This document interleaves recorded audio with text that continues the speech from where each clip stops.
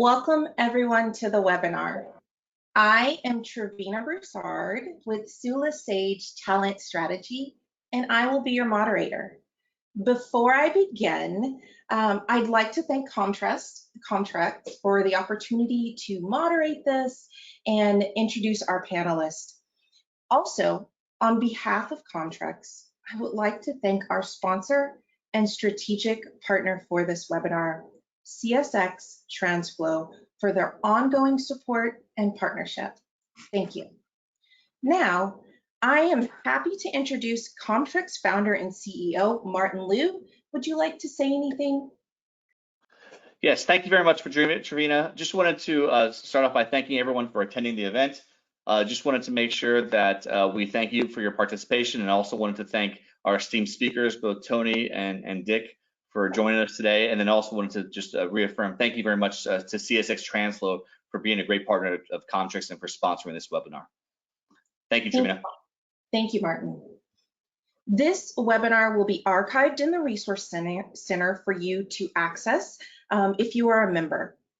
If there are any attendees today who are not members, I encourage you to sign up and join. Then you will be notified first when we have events like this, and you can get the information that way. Now, a little housekeeping before we get started.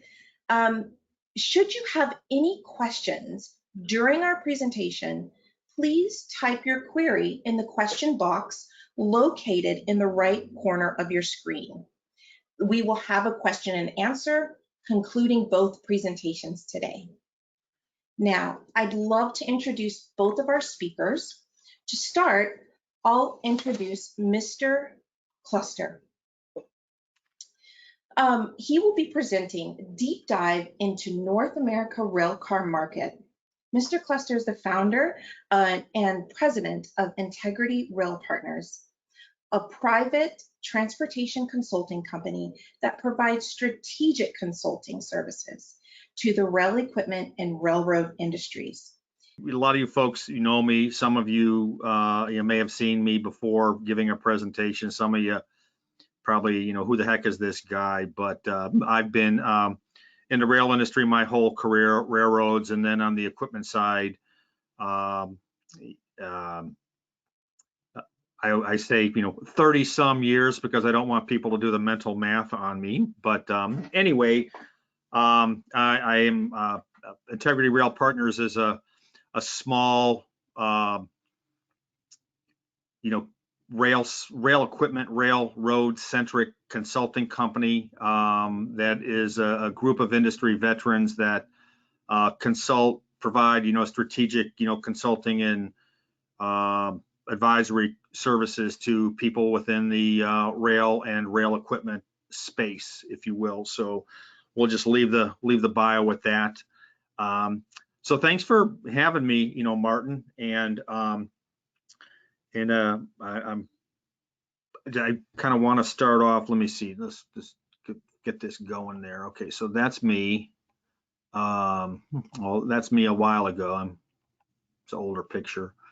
So I'm going to start and talk about all the different, you know, major, you know, rail car fleets, of which there are 6 of them, and I'll kind of walk through them and then kind of give a summary at the end. But before I, you know, jump into the covered hopper, you know, fleet, which is, you know, first up, you know, I just want to say that the last time I gave a presentation was about, I think 4 months ago at Rail Trends, and on the one hand, and I had a certain message, certain outlook that I saw relative to the rail equipment markets, and a lot's changed, but a lot has not changed. Probably more has not changed than has changed. And the only thing that really has changed in my mind is the fact that the sentiment in the industry has picked up, I think, in some areas considerably. There's more interest in and more, you know, demand for cars, at least in the inquiry, you know, kicking the tire stage, but it has not translated to a broad-based recovery of the rail car markets. And, you know, the rail car markets are really dictated by the freight markets. The new rail car market is also dictated by the freight markets, but in addition to that, dictated by the quality of the fleet, the retirement trends and the pace, and car owners replacement strategies. So you've got market-based. Sorry, my phone is ringing, and I'm going to throw it across the room so it doesn't bother me. Anyway, so I just wanted to kind of set that out. So as I talk, and go through these different fleets, I think you're going to hear a lot of the same, similar, comments, fleet by fleet, fleet by fleet. But at the end of the day, we're still in an economic environment that is challenged, recovering, challenged, hope for the best. We haven't been preparing for the worst. We've been living the worst. I think the last, 15 months, 12 to 15 months have been almost as bad as the Great Recession from an equipment demand, equipment valuation, equipment pricing, standpoint. So let's just jump into covered hoppers. So the covered hopper, fleet is the biggest fleet. It's 570,000 cars this year. The overall fleet itself is just short of 1.7 million. So over a third of the rail cars are covered hoppers. And in the covered hopper fleet, we have three big segments. We have the grain car segment, which are gravity cars. We have the plastic pellet segment, which is the pneumatic cars, and then we have the small cube gravity cars, which we used to call the cement fleet. Now we call the sand fleet, which is also a gravity car. Everything else is, kind of the minor leagues, if you will, in terms of size. Important fleet segments, but niche players from a volume standpoint. However, those niche playing fleets being niche fleets means there's some feedback. Trevina, there.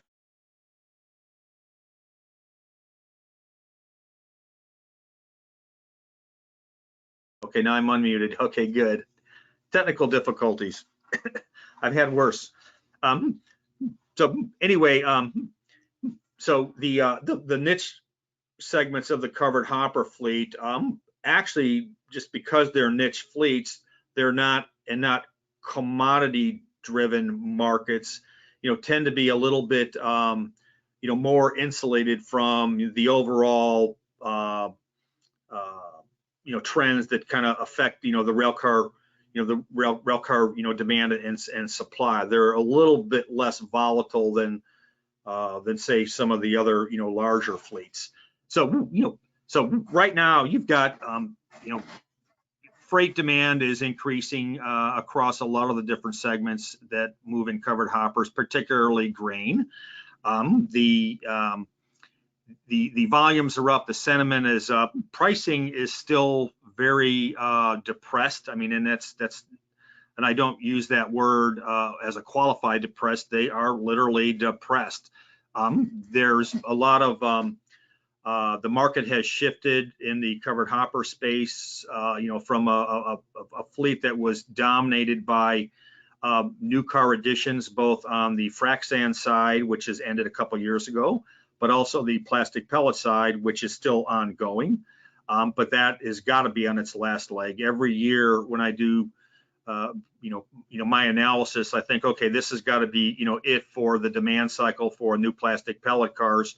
And I'm always wrong. It's always another year and another year. And I think it's kind of a twofold issue there. One is the fact that we've got, all these new production, capacity facilities that are now coming online on the one hand. So that's growth demand, but we also have a fleet that still has a very sizable portion of the plastic pellet fleet that are still the older, 5850, 263 gross rail load cars that still need to get replaced. So that segment, which is, almost 25% of the overall fleet segment, still has some legs from a fleet growth and a new car demand.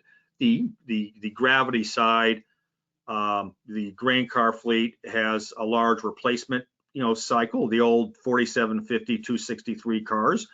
That grain car fleet is now probably almost 70% 286, but we still have another 30% of a over 200,000 car fleet segment that still needs to get replaced, with, newer. Those 4750s were largely built in the late 70s through the 80s, which means they are in their 30s and early 40s from an age standpoint. So there's a replacement cycle that's coming up, which is going to be right on the back of a retirement cycle. And it's going to be just like what's going on in the boxcar fleet, which I'll talk about in a little bit, but just not as acute right now. There's a little bit more time before we start, hitting the wall on the 4750s, grain cars. The rest of the frac sand fleet, that small cube gravity fleet, there's 30, 40,000 car surplus of frac sand cars, and frac sand in general, frac sand in particular, is not all of the volume. That's maybe half the volume. The other half of the volume is cement and all the dry bulk minerals.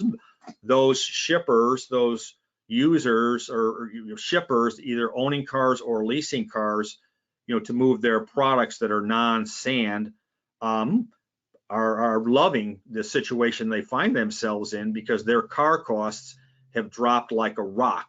The frac sand cars are almost identical, to what a cement car is, with the exception of, changing out gates, which is, a thousands of dollar, not a tens of $1,000 modification. So the cement people and the dry bulk mineral, people that are looking for additional cars or replacing as their cars come off lease, are doing that at a much lower cost basis. So that is an outlet for relieving the built up surplus that we have on the frac sand fleet. But that's not going to answer the problem. That'll take care of a minority of it.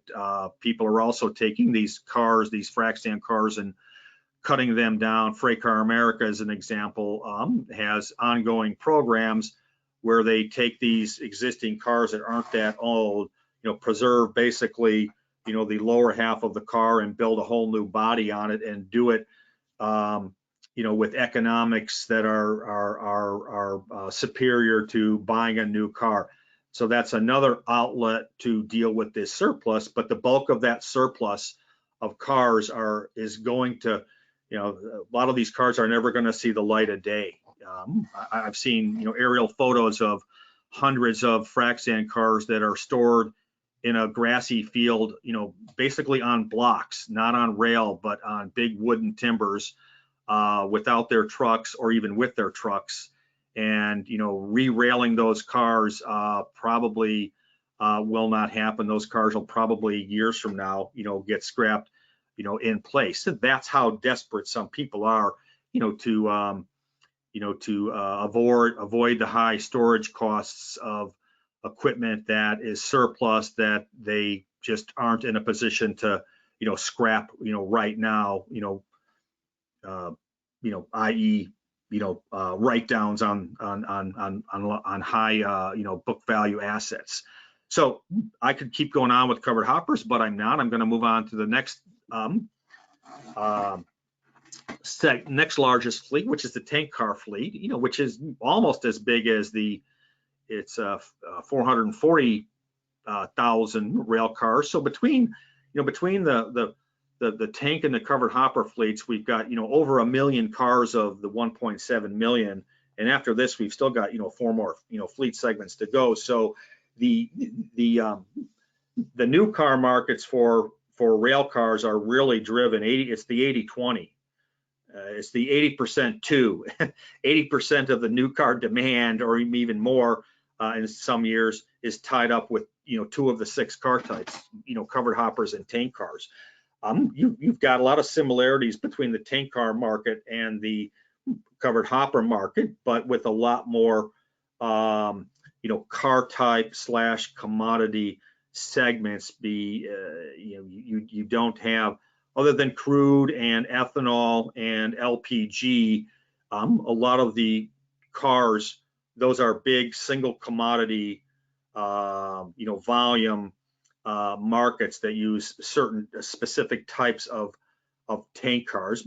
But then you've got other types of tank cars that will haul hundreds or even thousands of different, commodities. So they're commodity cars, but they're not commodity market segments, if that makes any sense to people, because of the actual commodity that's going in the car. At the end of the day, we have, just like the frac sand cars, we've got a problem segment in tank cars. It's called the DOT 111s that were built to haul, flammable liquids, i.e.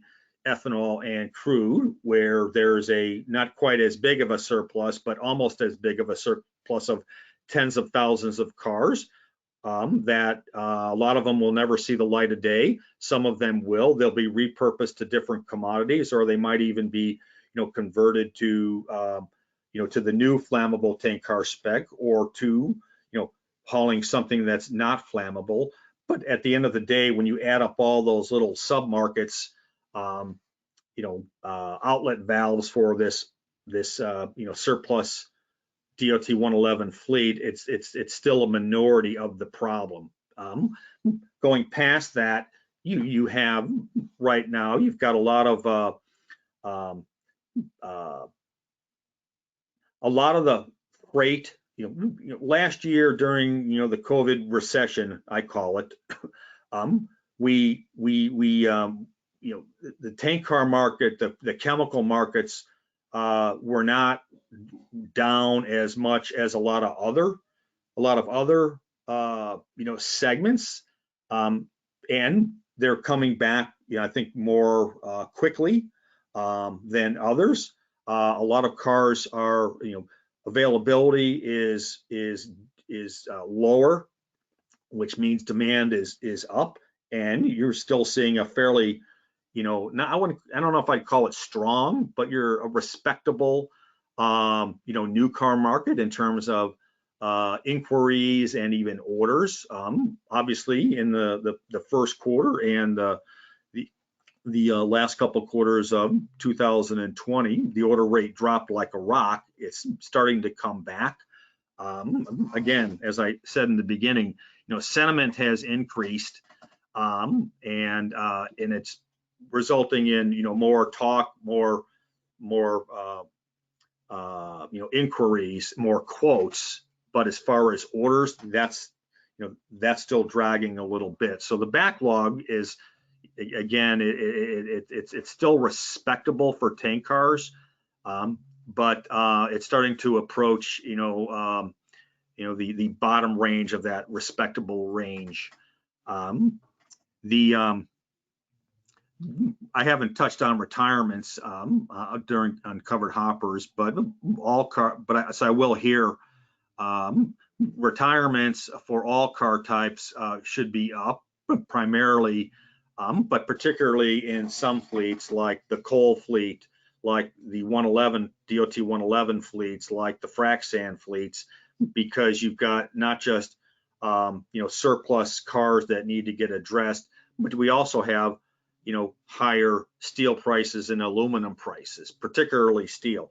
Aluminum is up as well. The problem with scrapping aluminum cars is that the supply chain for scrapping aluminum cars can get challenged a lot more quickly than the supply chain for absorbing scrapped carbon steel rail cars. There are a lot more places you can scrap a steel car than you can scrap an aluminum coal car that has to handle both, aluminum and steel. So they can get, more challenged, which actually puts a governor on the ability of companies that may want to scrap a car, but can't necessarily do it as quickly as they would like.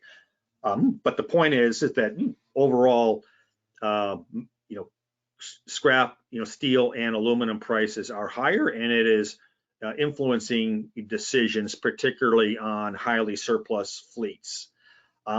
So if you look at the year-over-year fleet sizes, you know, January to January, what you see for all the fleets is increased, you know, retirements from, you know, the prior year, if you will. So 2020 was a much larger retirement year than 2019 was, and I don't think anyone's surprised at that. 2021 will be at least 2020, possibly greater than that, particularly in some you know, segments. So at the end of the day, all things being equal, if I was a car owner, I was focused on, you know, the strength of the market for the car types. The tank car market, excluding the DOT 111 cars, is the strongest, brings the strongest, you know, market demand environment than any of the other car types. So with that, I'm gonna go to boxcars. Now I'm gonna conflict myself right now, because I just said with tank cars, it's the best one from a market demand. There's one that's better.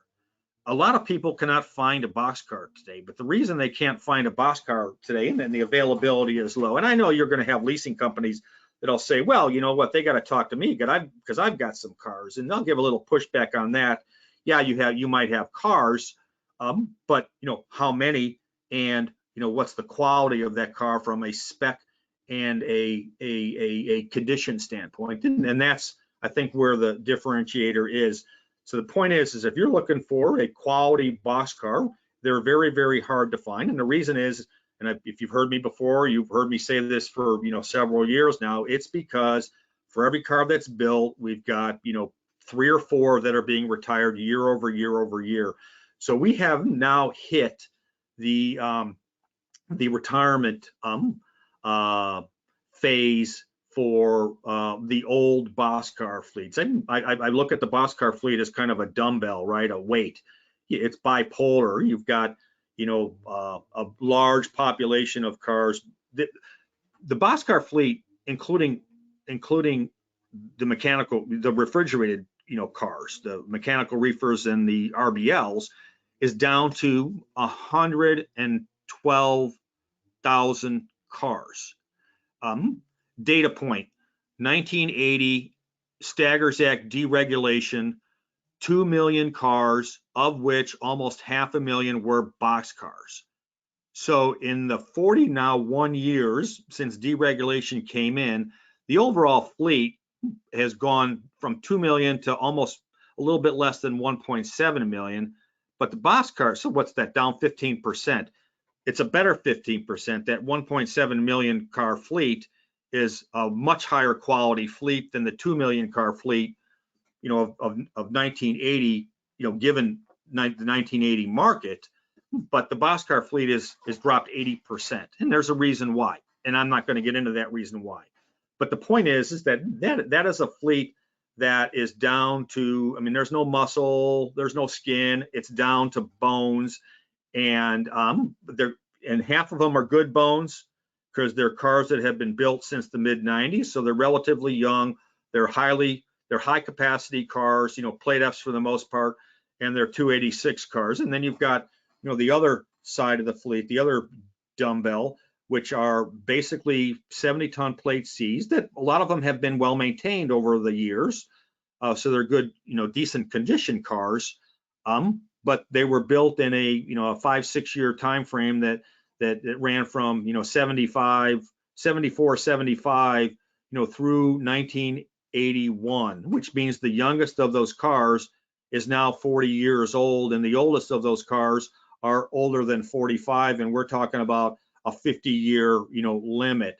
So we have now hit that retirement phase, and that population of cars, you know, is probably over 40,000 cars. So, you know, 40%, you know, of that 112,000 car fleet, you know, which if you subtract out the mechanical reefers is probably more like a 95,000 car fleet, is subject to retirement today and over the next few years. So if you look over at, and I don't have this, but if you look at the demand forecast that I have over on the light green on the right, that shows an increase in the new car demand for boxcars. But what it also shows is a larger decrease, is a larger retirement rate in terms of just raw car numbers over the next 5 years. So we're still going to see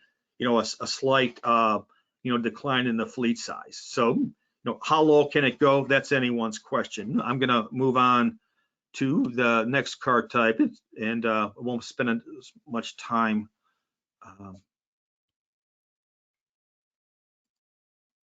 I can't do that. Okay, there we go. Wrong button. Okay, gondolas and open top hoppers. I'm going to deal with them together because both gondolas and the open top hoppers have one big thing in common, and that's coal. The gondola fleet is a 200,000 car fleet today. The open top hopper fleet is a 125,000 car fleet today. Both of them, lower right graph, both of them are showing declines in the fleet size and projected out. Basically for open top hoppers, starting at the Great Recession, that also kind of coincided with the attack on coal from a regulatory standpoint, but more importantly, or more significantly, lower gas prices and the conversion of power plants from burning coal to gas. Now I'm going to go back to the gondola. Look at that progression. It's not as steep. The difference is that the gondola fleet has about a 75,000 car segment that I call the steel industry cars. It's made up of the mill gondolas and also the coil steel cars. So that's why the gondola fleet hasn't declined like the open top hopper fleet declined. So in gondolas, you've got basically three segments. You've got coal, the biggest segment, the steel cars, steel industry cars, the second segment, and then everything else, which is primarily aggregates and other minerals that can get rained on, like iron ore, things like that. You have in the open top hopper segment, you have the same mix minus the steel, the steel segment, kind of in the middle. Both of them are fleets that are resizing themselves to the new norm for coal. Both of them have, and the coal fleets have super high surpluses that will take a lot more time to be worked down, but are working themselves down every month, every year. The retirement rate is high.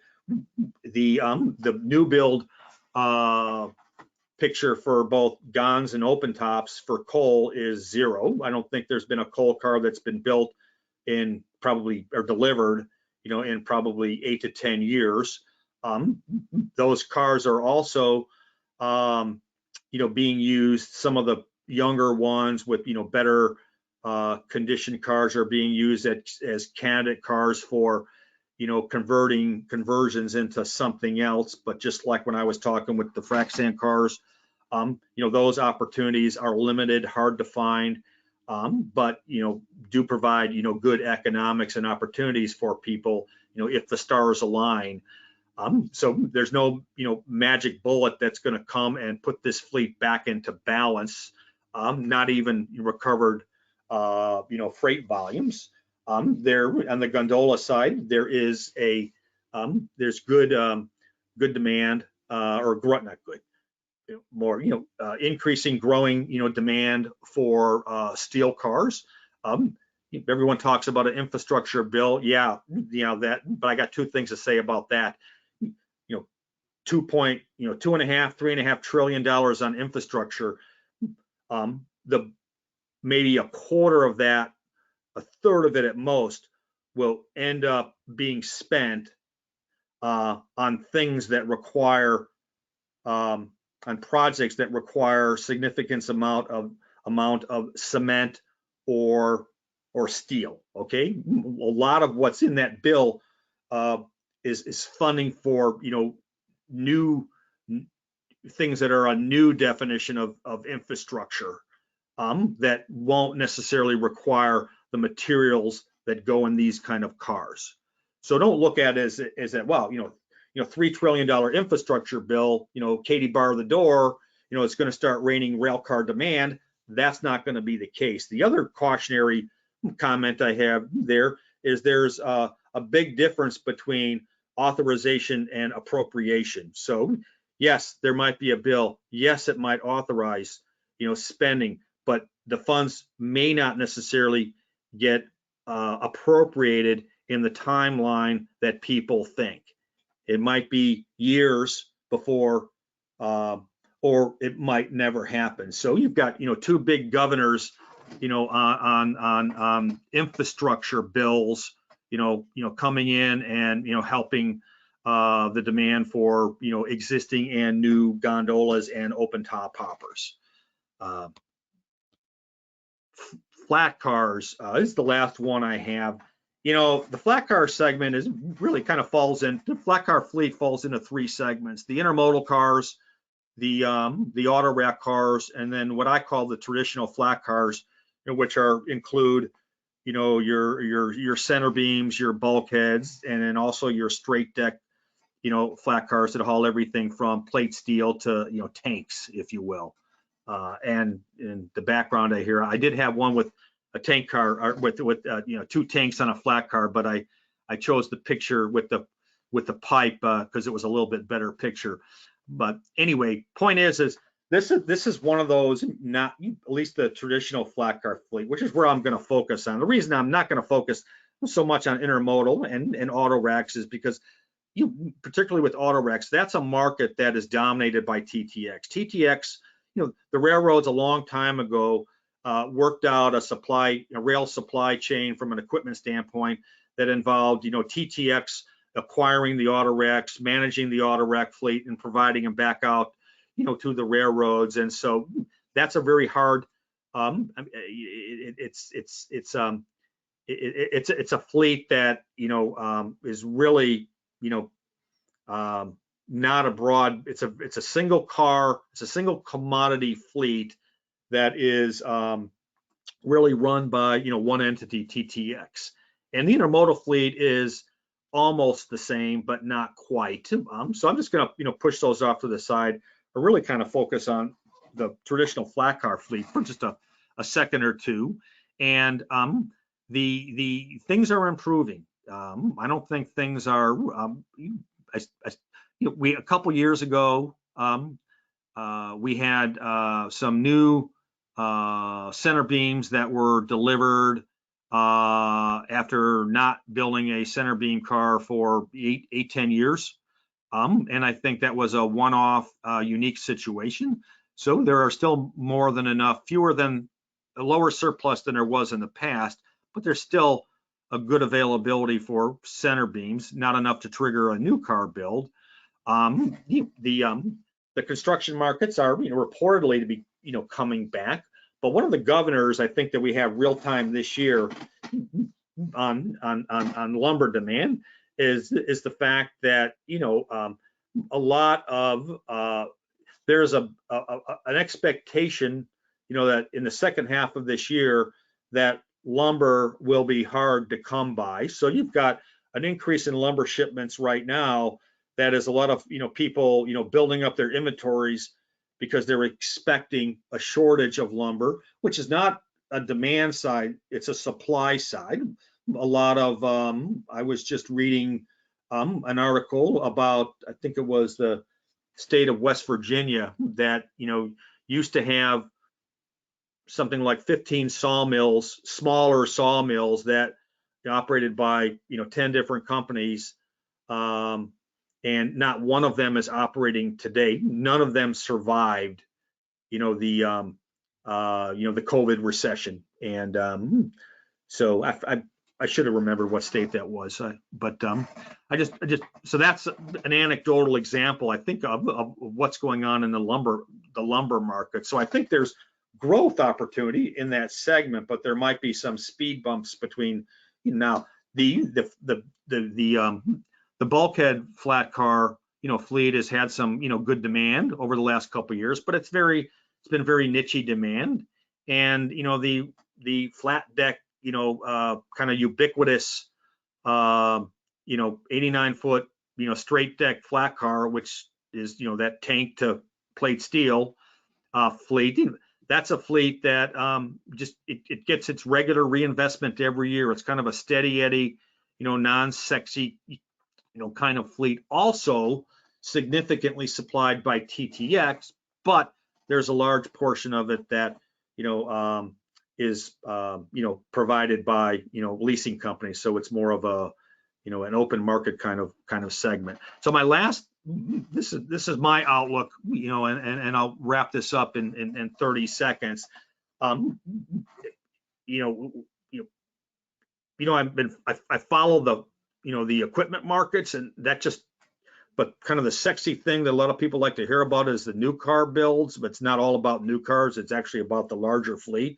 But the new car market is kind of indicative of the overall demand. If you've got high surpluses, you don't need new cars, and you don't, in a recovering market like we have right now, you don't need new cars if you still have available cars. Until you bring those available cars, existing cars, back into the market, you're not going to trigger an environment where you have, build cycles for different cars.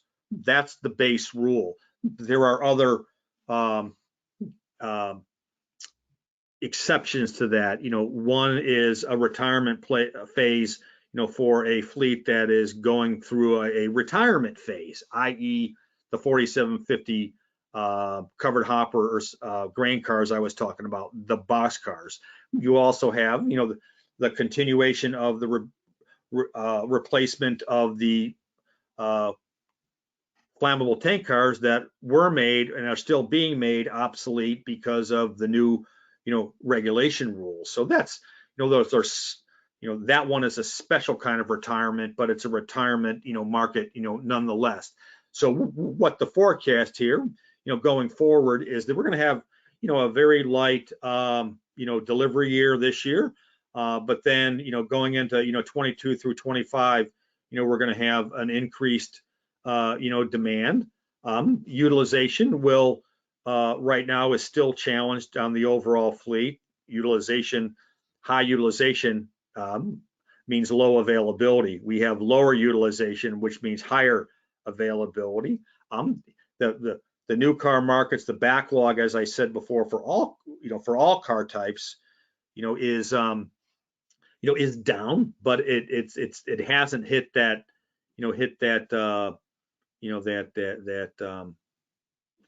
that level where the build industry starts to look at life support, but if it goes much further, we could be there. So we're still going to be below 30, just for a frame of reference. Back in 2009, at the Great Recession, new deliveries dropped down to just around 16,000 cars, a little over 16,000 cars. And the forecast I have right now is for just under 28. So if you do that math, I'm almost twice as high. The low point for this cycle will be almost twice as high as the low point for the Great Recession.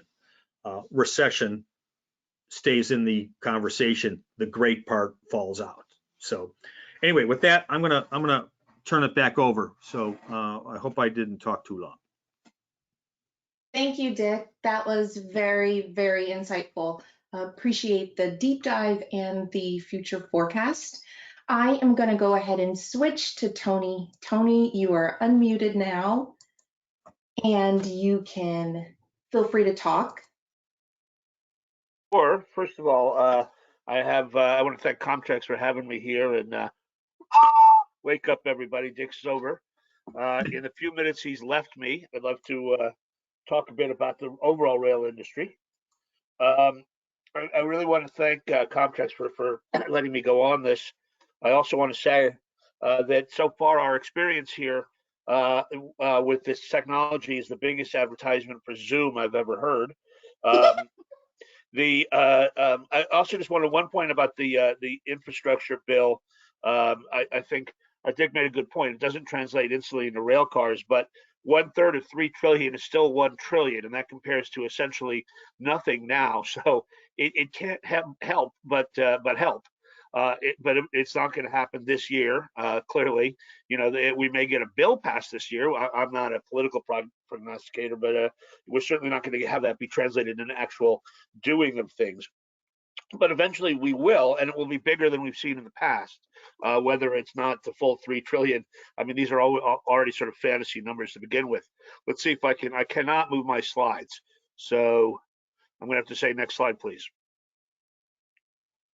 So I'm going to go over the just as quickly as I can, leave time for questions. Where we are right now. This is sort of at the turn of the year, and at the end of the first quarter, we're still at the turn of the year. COVID is not gone away. The light is clear at the end of the tunnel, but we're still in the same situation. The shark's tooth that I refer to here is the V section where we saw that massive drop off starting in March of last year. And that's making the comparisons now so deliciously, deviously, enticing.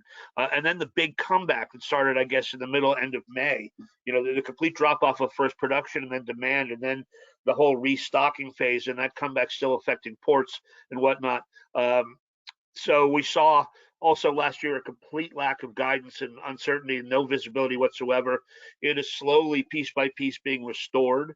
Obviously, anybody's visibility in the future is always somewhat murky, but to have literally no idea, as we were a year ago, where we were and what we were doing is, was truly a scary time.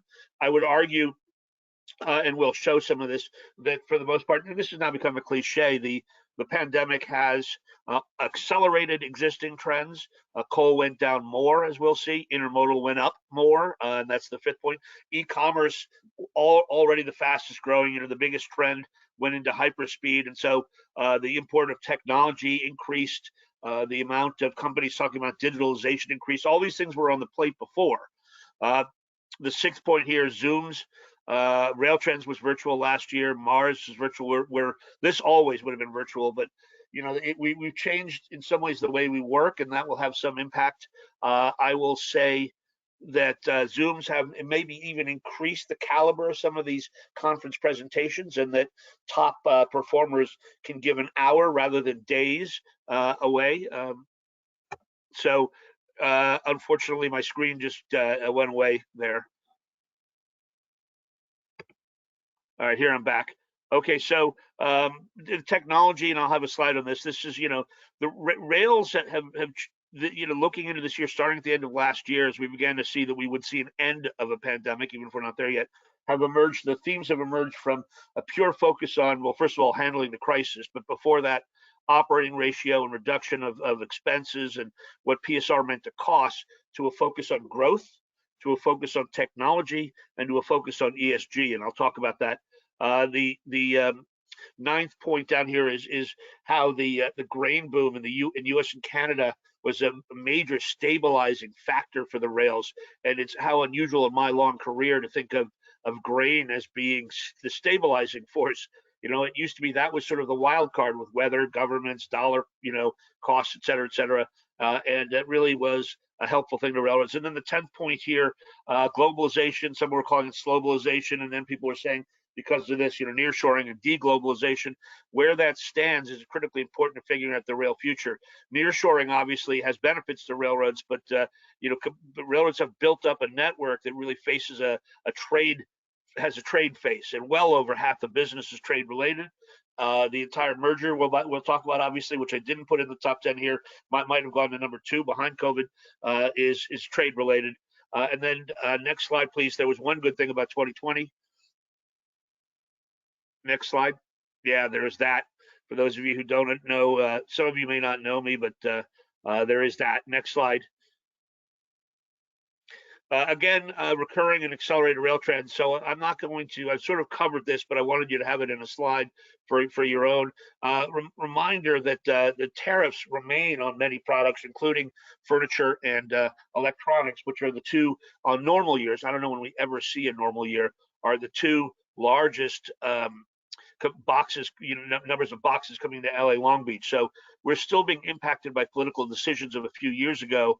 The railroads had pretty good financial results despite this. Obviously volumes were down last year, but if you look at margins, got better. Cash flow was flat. It was a pretty amazing financial performance. And the lore of M&A and short lines and regionals, and this slide was done really before Kansas City Southern.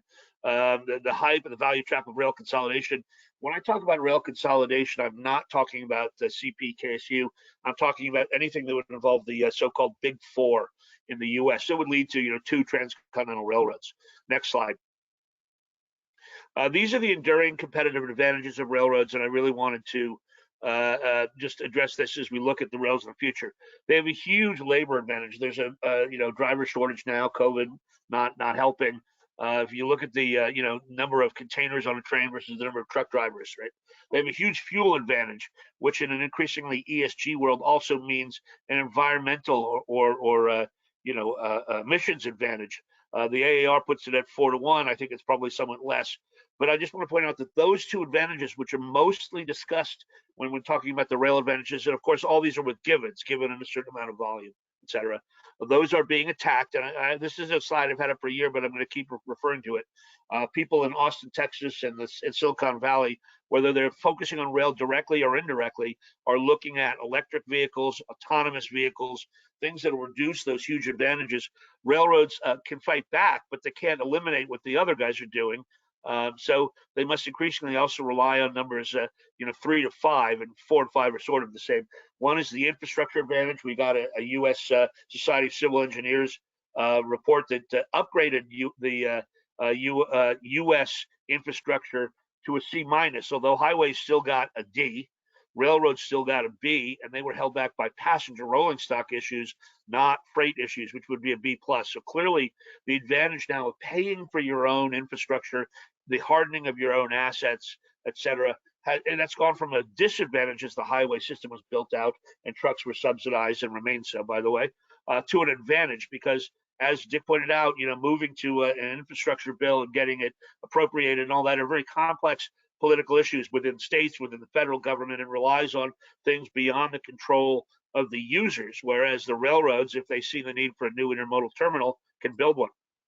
In addition, the excellent financial condition, their liquidity, their ability to reduce costs in a known downturn, the way they handled this pandemic crisis last year in terms of volumes was pretty remarkable. Brookfield, which purchased the Genesee & Wyoming, said in their annual shareholder investor meeting in the fall that this actually proved out their thesis on railroads this tough time, how well they did in what we can only hope are the worst of times. Next slide, please.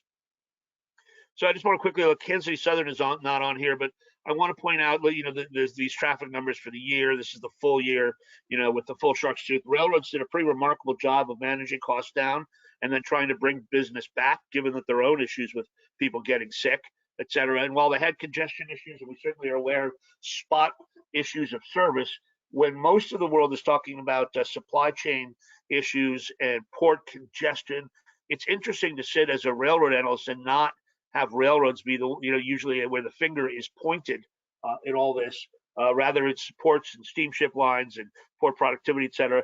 It's also worth saying that PSR, and I'm happy to have a debate about this, is really difficult in the first few years when PSR 1.0 is inward focused and cost focused and often reduces the amount of business, on purpose, sharpens and shortens and shrinks a network before beginning to grow again. And if you look, CSX, which is the U.S. railroad the most towards PSR 2.0, actually saw intermodal growth in 2020, which is pretty remarkable. CP and CN were the next best. So, it's hard for me to look at this and say that PSR is not a positive thing. And it's also, we should be thankful that the real heavy work, the ugly work, the controversial work of PSR was done in 2017, 18, and into 19, so that when 2020 came along, railroads had already begun to look outward. Next slide. I just want to have this up here to point out, like, when we look at comparisons, and Dick made a good point, so elaborate, that 2019 was a bad year for railroads. You know, we had an economic slowdown, particularly manufacturing. The trade war is really the biggest issue. PSR was still at the volume shedding stage, you know, so 2019, when we make the comparison, was not, you know, we really thought 2020 was going to be the new base year, and of course, by, you know, March 10th, we were clear that that was not going to be the case. Next slide. So new administration, I won't spend a lot of time on this. The STB impact we'll cover in the future. Infrastructure we're in the middle of.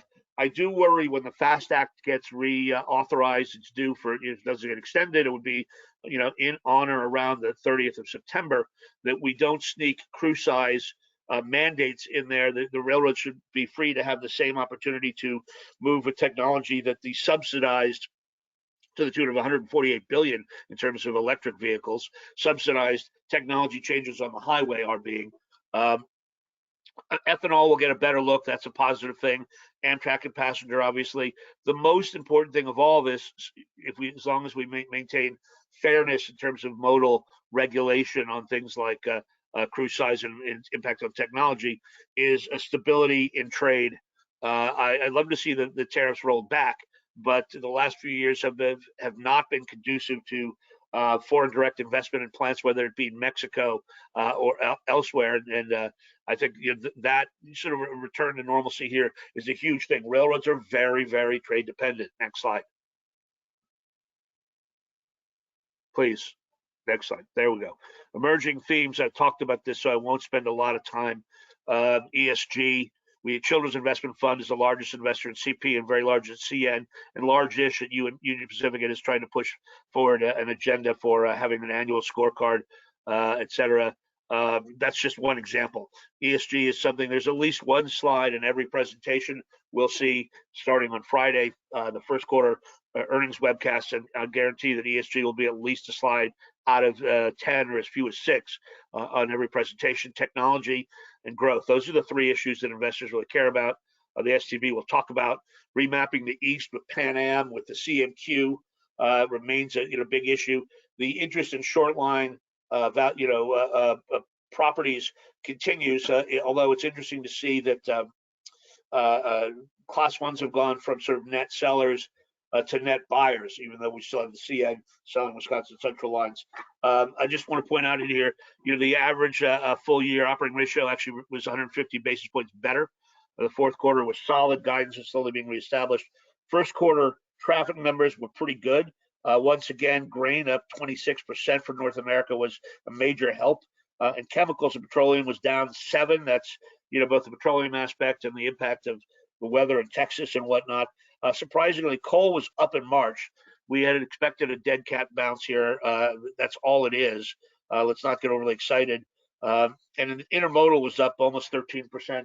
Again, remember that we're competing against a lousy 2020 beginning, a lousy 2019, and blockades in Canada. Later we'll have blockades in Mexico to compete with. Next slide. So I'm going to just quickly look at, so I made an artificial top 10 in technology. A few years ago, railroads would have presented to their investors, their own owners, perhaps a slide, or if they had an investor day, we'd see something cool. We'd see a drone flying somewhere, but it wasn't really a big issue. With the existential threats going on in the highway system with autonomous vehicles and truck platoons and all sorts of scary thoughts out there. By the way, farther from today than we had thought only a year or two ago, but still being worked on closely. Just want to bring up a few. Inspection portals. CN was the first to talk to us about it. Improving inspection by making it, using AI and et cetera versus the human eye. In addition, you could do this at speed, just like at track inspection cars.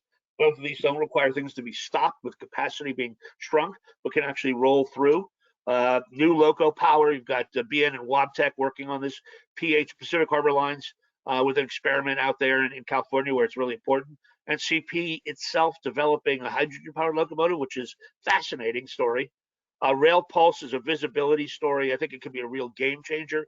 Right now, it's a diplomatic achievement, getting huge players together from various different stakeholder groups within the rail community, all wanting the rail pie to grow, but with different interests. And those include rail car owners like GATX and Trinity, OEMs like Trinity, short lines like Watco, Genesee and Wyoming, and Class 1s led by Norfolk Southern.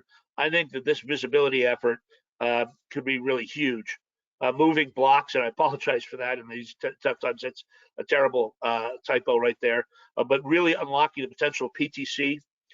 Outside investments, you have CN and UP investing in Too Simple, which is many people think is the most progressive, most advanced autonomous vehicle technology company. It's really interesting that they're investing in what essentially would be, the enemy. Although, of course, it would help with drayage and whatnot. Kansas City Southern has it done. I'm sure there are others, but also bringing in people, big splashy new hires from outside the industry or related industry at both CN and Union Pacific. Train simulation, remote meetings we know about first was going on anyway, but the COVID response is a permanent one. And then eventually getting to using number 5 there, the moving blocks, and so getting to the holy grail, the autonomous railroad, which could truly change the way rail's strategy. I mean, you could run short, fast trains and long, slow trains at the same time. You could really adapt to e-commerce in a different way and whatnot. Next slide. Coal's dropping, we expect it to go up in 2021, but you can see that pretty precipitous drop of what, if you look and think about the railroads having a base business, a stable business, a cash cow business, and have it drop like this is truly remarkable to say that railroads are actually in better shape now than they were in 2000. The railroads pre-Staggers, et cetera, would have been knocked on their butt by this. Next slide. Dealer's choice. I'm listing all these different deals here in the short line space. If you want to talk about it, we can. Infrastructure investors are very different than their cousins in straight private equity, and are very different than strategic buyers. The Watco Dow deal, where Watco is doing behind the, within the plant, switching and whatnot to really bring efficiency there, is, I think, a game changer also. So there's a lot of stuff here. There's the Pan Am Railway is on the market. We know who's bought it. We think that'll pass. U.S. Steel lines are still out there, but there is huge interest in this, and that did not get dented by the pandemic at all. Next slide. So I'm not going to spend a lot of time on this. I'll go to the end here, but we saw Kansas City Southern get approached by a partnership of the two of the largest private equity firms, and offered roughly $20 billion. I'm not sure that was ever officially agreed to, but that's generally what people think. They turned it down, and that proved to be wise. I think it was wise even without any future news. Next slide.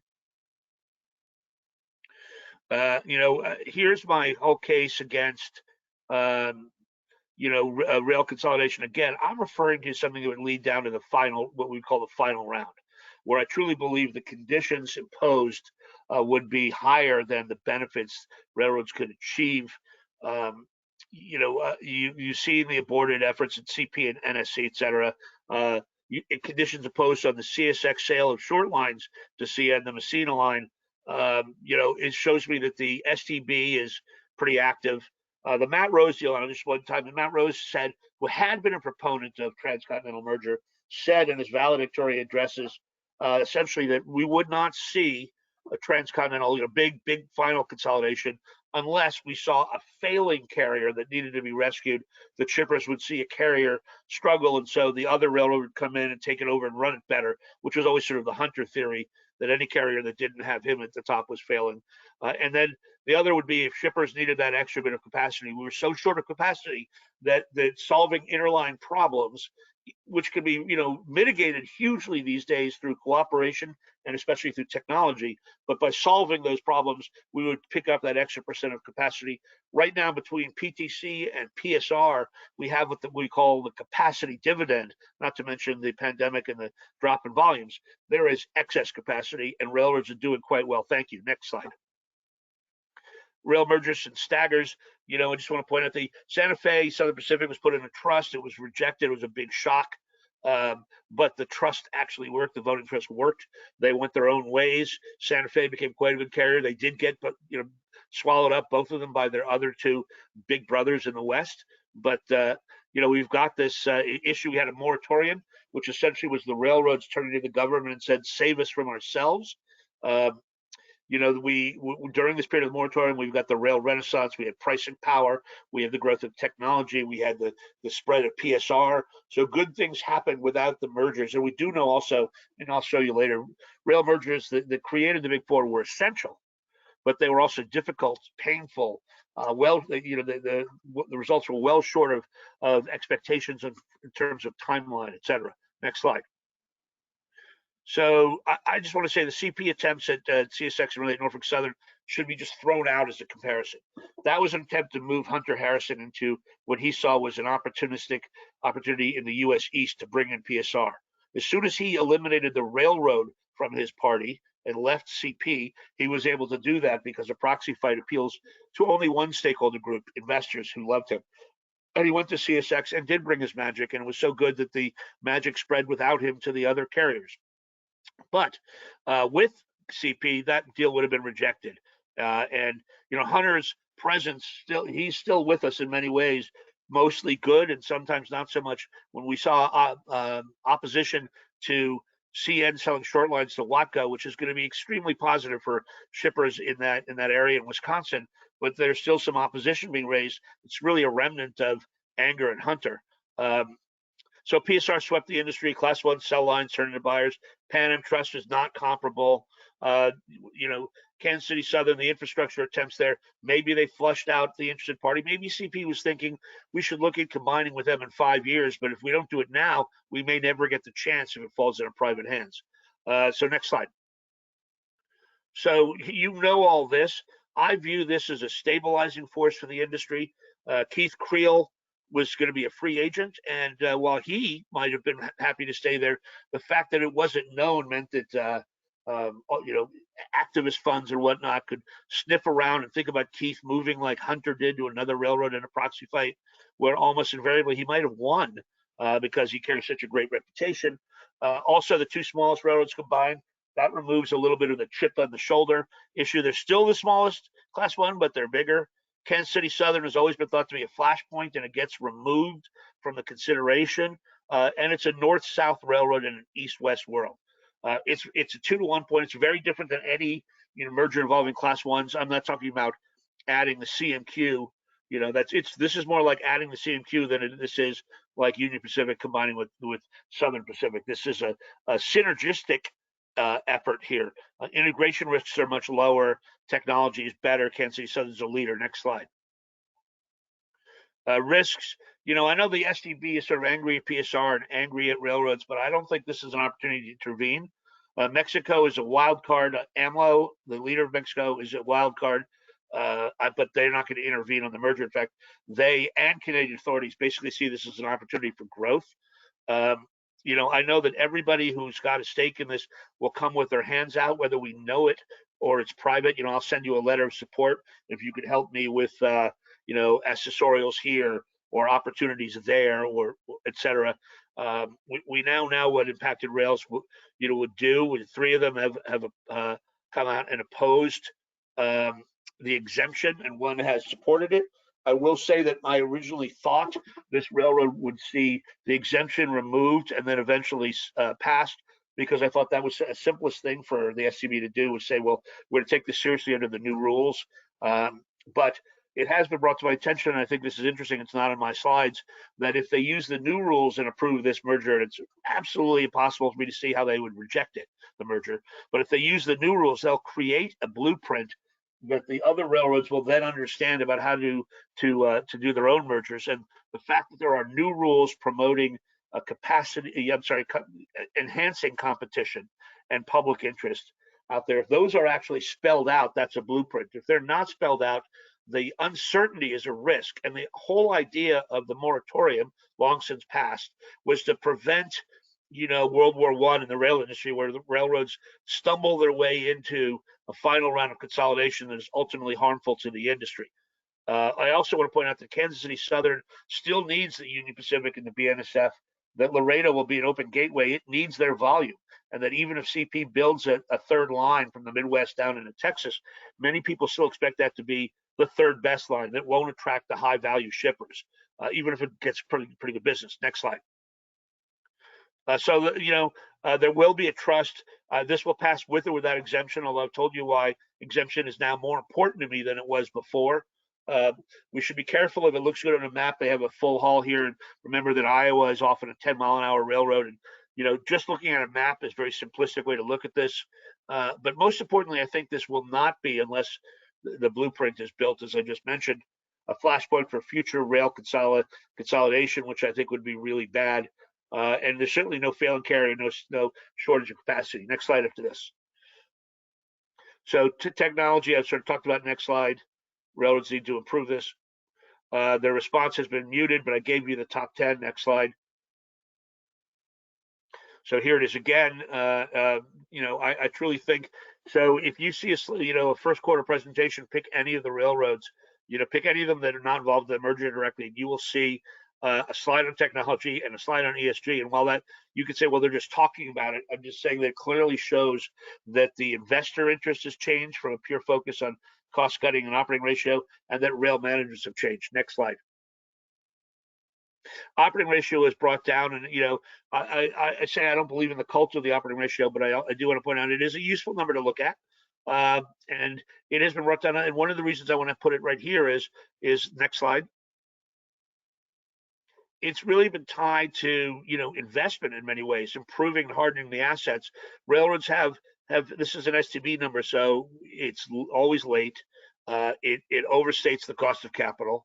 It doesn't include any non-U.S. pieces, which for CN, CP, Kansas City Southern, and even really if you look at the impact on all the railroads, it is a funny thing to exclude. But it just goes to show you that railroads' return on investment has exceeded their cost of capital. Next slide.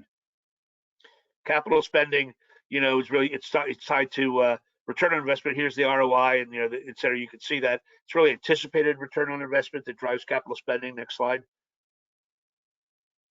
And you can see the correlation of 71% with net income. They have to have the money. Of course, you can go to the bank, but they want to maintain. It's long been important for railroads to maintain investment grade ratings. So, they are hardening their assets, and they're not really taking money away from that. Next slide. Here's the total number if you include operating and capital expense. It's an incredibly expensive business to be in, but if your returns exceed your cost of capital, it fully justifies these enormous expenditures. I would argue the operating ratio wouldn't be low without the hardening of the assets. The development of the intermodal and higher service businesses would be non-existent without this. This is a critical element. So I've long implored the railroads not to listen to their shorter term oriented shareholders who want all the money to go to buybacks. And I've long implored shareholders to understand that railroads could give you a good return by spending the money on your behalf. And I've also argued to regulators that the one thing that could stop this is capping returns in any area. And just look at the Canadian prairie provinces to see what happens when the government puts their hand on the scale, and you're only now beginning to see expenditure on new grain cars in that area. Next slide. Here's just a look at the turnaround here, but I wanted to bring this back. This is the same as that other chart there about railroads earning the cost of capital, and it is U.S. only. But I want to point out, if you look from Staggers before in 80 and into this, you saw with some bumps in there, pretty good numbers up into the early 90s of improvement, of getting close to zero, where your return on invested capital would be close to your cost of capital. You had years like 91, that's an outlier, but you had a trend line really developing, and then it completely stops and you have a stable minus 4%, destroying value every year. And that stability period is during rail mergers. And that just goes to show you they were very focused. They were not, numbers below zero are value destruction, and above zero are value creation. And we would have gotten there without rail mergers, but would we be in the position we're in now? I don't think so. The rails and their investors paid a heavy price for this. It was worth it. But do you want to pay a heavy price for doing this again with uncertain returns? I'm not so sure. Next slide. Just looking at the Canadians, and I'm a year behind on this, but it's really meant to show you that the Canadians have spent more on a per capita basis and have had a higher return. And I'm not saying if you spend capital, you'll get a higher return, but if you don't spend capital, you for sure will not. And if you look at the CP, which has spent, an extraordinary amount of money on its capital spending, coming into PSR 2.0 after the reduction and the inward focus as they pivoted to growth, and is operating at a return on invested capital of above 16%, which I would say under most years compares very favorably with the return of the portfolios of the shareholders who own them. So they deserve to spend the money because they have a track record of spending that money and getting a good return. Next slide. So, oh, we went one too long. Back one, please. Yeah. I'm not, all this stuff here is really just sums up everything I'm seeing. Trade flows shifting. And I think the railroads, especially the Canadians, have done a good job of trying to prepare for the possibility. I don't see nearshoring coming anytime soon. And the stuff we talk about is mostly anecdotal and involving PPE and whatnot. But if it does, the railroads are well prepared for it. You know, they must maintain, they are able to play in the e-commerce world.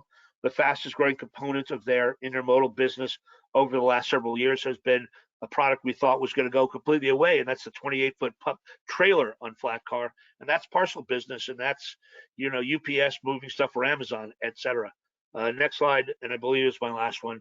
Since we didn't have NARS last year, I remain the person of the year till they hand that award out. So I'm the only 2-year person of that, and I guess we can go to the last slide. Thank you.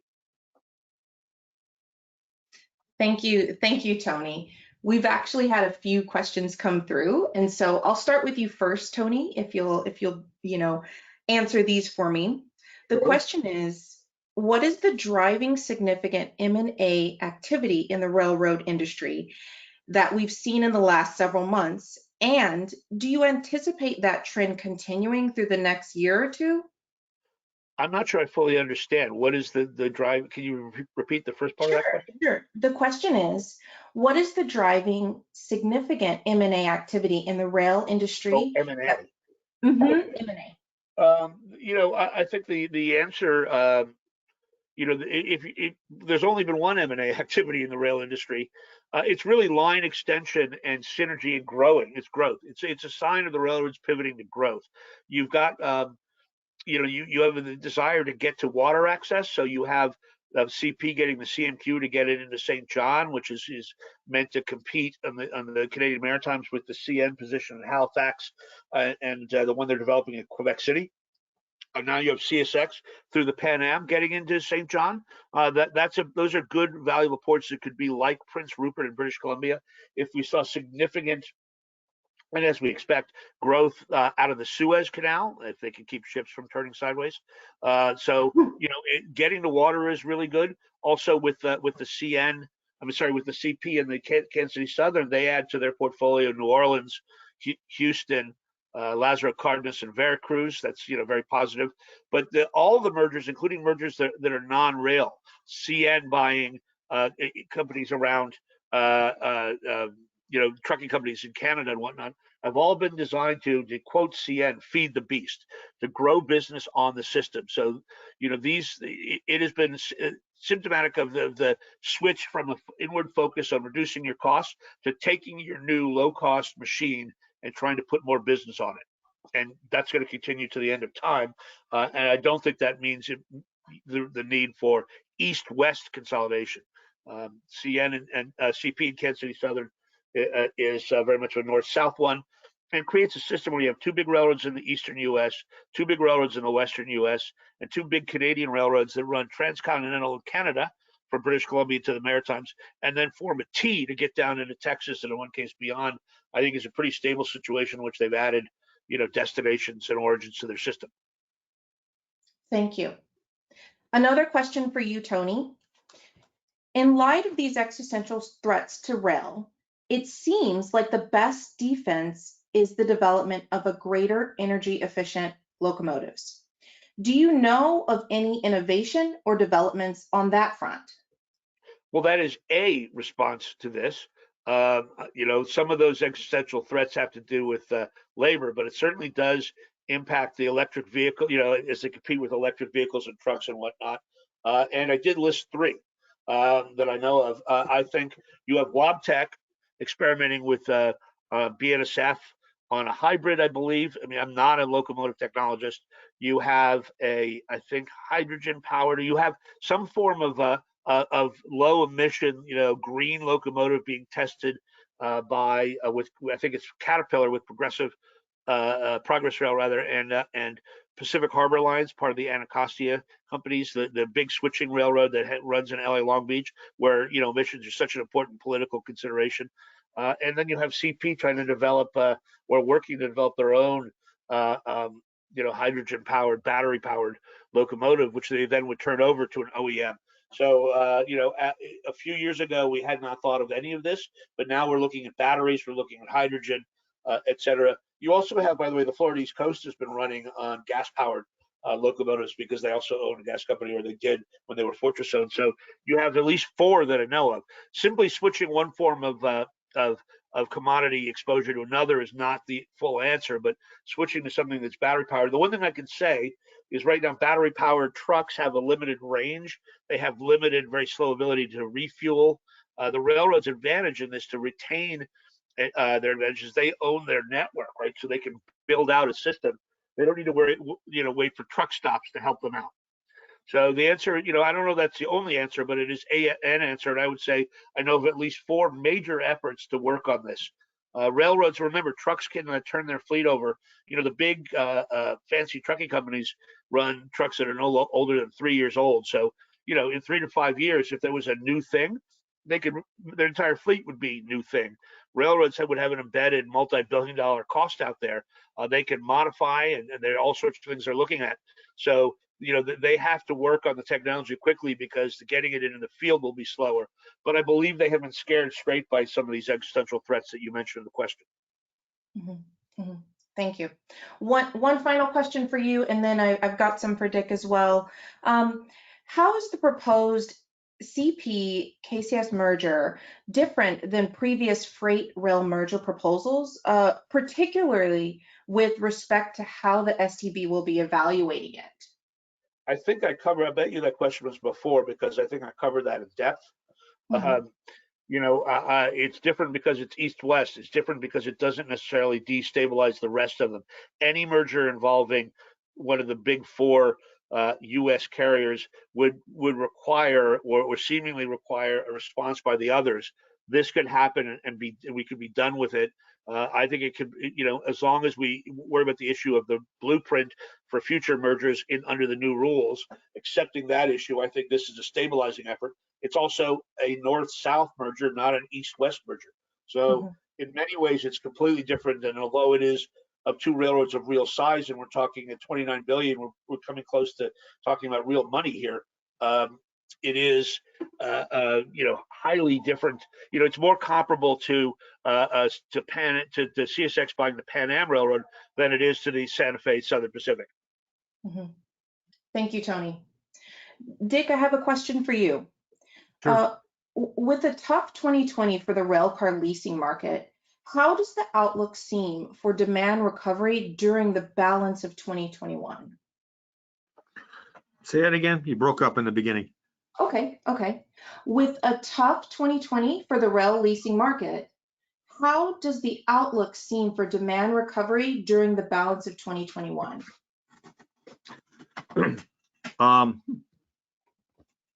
In a word, well, in a couple words, it's going to be a slog.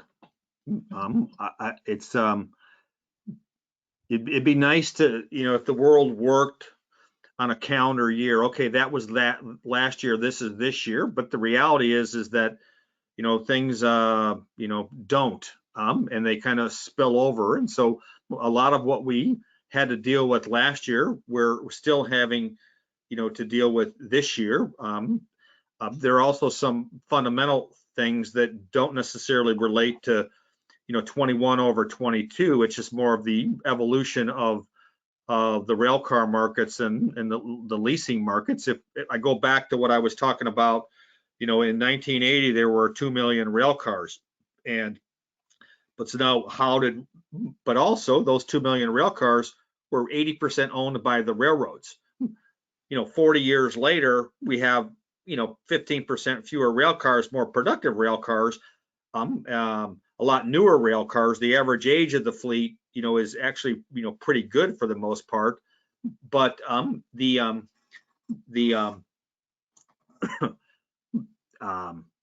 sorry, just something just distracted me. So the point is that we've got a slightly smaller fleet, but it's a more productive fleet, and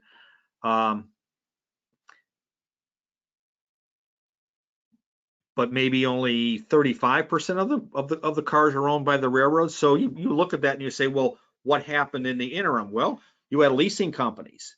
We had, the 80s where, the leasing companies, looked a certain way. And then in the 90s, they looked different. In the 2000s, they looked different. So they have been evolving. The builders have evolved. There used to be, back in the 90s, a builder was a builder. Today, you've got builders that are really leasing companies that happen to have, captive manufacturing capacity. It used to be that only Union Tank was a leasing company that built their own cars.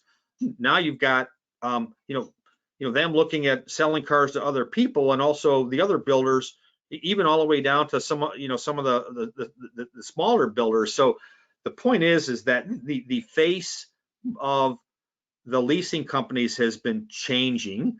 How they go to market and what the buyers, the lessees, or the buyers of the new cars look to, their rail car suppliers for has changed. It used to be you'd buy a car, or you from one guy, or you'd lease it from another guy. Now you can go to a builder and say, buy or lease. I remember back in the days when working for a big leasing company, we would order cars on spec. Now you've got a lot of the medium-sized leasing companies that it doesn't make sense for them to do that, but they're still adding cars, to their fleets from an investment standpoint, by buying cars that were built by a builder, put on a lease by the builder, and then within 12 months, that car is sold to that middle tier leasing company. So they still invest in cars, but in a different way. So that's the message, I think, for 21 is that we've got to wait for the economy and the freight markets to pick up more robustly than they are. But we're also going to have to deal with, beyond that happening, the changing face of how rail cars are secured by the users of those rail cars, whether it's the shipper. And here's something I'll throw out there. The railroads went from 80 to 35 in 40 years. What are they going to do? PSR is done. Pivot to growth. There's still a big CapEx, industry. Are they going to go to 25? Are they going to go to 15? Are they going to go to 0? And if that happens, and they can do that. One of the nice things about the rail car leasing industry is the fact that the big railroads have, is that they have to put their money into the track and the communication system.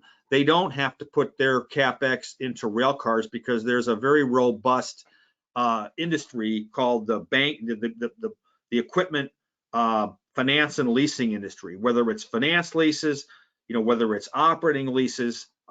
It's very robust. And so it takes, I always say the railroads have, they've got enough capital to, take care of, 4 of the 5 things they need capital for, the last one being rail cars. And, it's a really good thing that you've got, these assets are fungible, and you've got a lot of entities that are willing to invest in that. But here's the last thing I'll say on that note. That is also changing. You talk to a company, whether it's a bank that finances cars, or whether it's an operating lessor, and you ask them, do you see yourself in this business 5 years from now? Or if you see yourself in this business 5 years from now, what's it going to look like? And I'm not saying anyone's going to make this public, but things are changing so much that people are having to figure out how our business model is how they're going to evolve it, but also what the marketplace is, because the marketplace has a vote in this whole situation. So anyway, that's a long answer, to a huge multifaceted question. Thank you, Dick. This is bringing us. That is a long answer. You're welcome. That is bringing us to the close of today's webinar. Thank you all for attending. And thank you so much to our presenters, Tony and Dick. It was extremely insightful. And And so thank you for that. Thank you, Comtrax, for presenting this wonderful opportunity for us to learn and dive deeper into these interesting things that are happening in our industry. Thanks again, everybody. Bye.